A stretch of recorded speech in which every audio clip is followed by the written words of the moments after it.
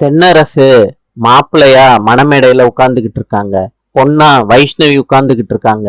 ஐயர் சொல்ற சம்பிரதாயம் எல்லாம் பண்ணிக்கிட்டு இருக்காங்க.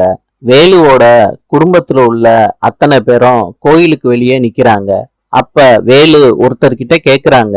அவர் சொல்றாரு, இவர்தான் தென்னரசோட கட்சி தலைவர். சிவபதி போலீஸ்காரங்க கிட்ட கேக்குறாங்க, கட்சி தலைவர்கிட்ட நான் ஒரு முக்கியமான விஷயம் பேசணும்னு சொல்றாரு.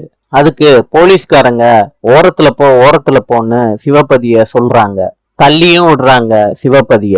மணமேடையில உட்கார்ந்துகிட்டு இருக்க தென்னரசு வைஷ்ணவிக்கு கல்யாணம் பண்ணி வைக்க ஐயரு கெட்டி மேளம்னு சொல்றாரு. தென்னரசம் தாலிய வைஷ்ணவி கழுத்துல கட்டுறதுக்கு கொண்டுட்டு வந்துட்டாரு.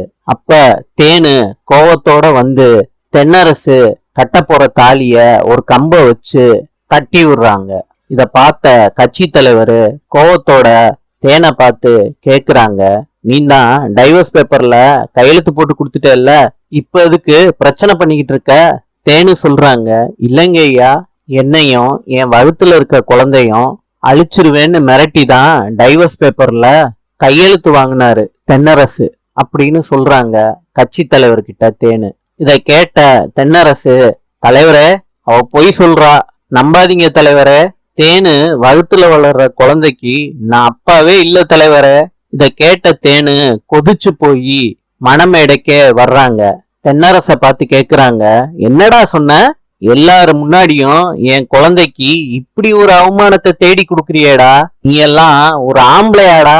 சொல்லிட்டு கோவத்தோட தென்னரச அவங்க கொண்டுட்டு வந்த கம்பால குத்த போறாங்க. இத கொஞ்சம் கூட எதிர்பார்க்காத தென்னரசு அதிர்ச்சி ஆயிடுறாரு. கல்யாணத்துக்கு வந்த அத்தனை பேரும் அதிர்ச்சி ஆயிடுறாங்க. நாளை சந்திப்போம்.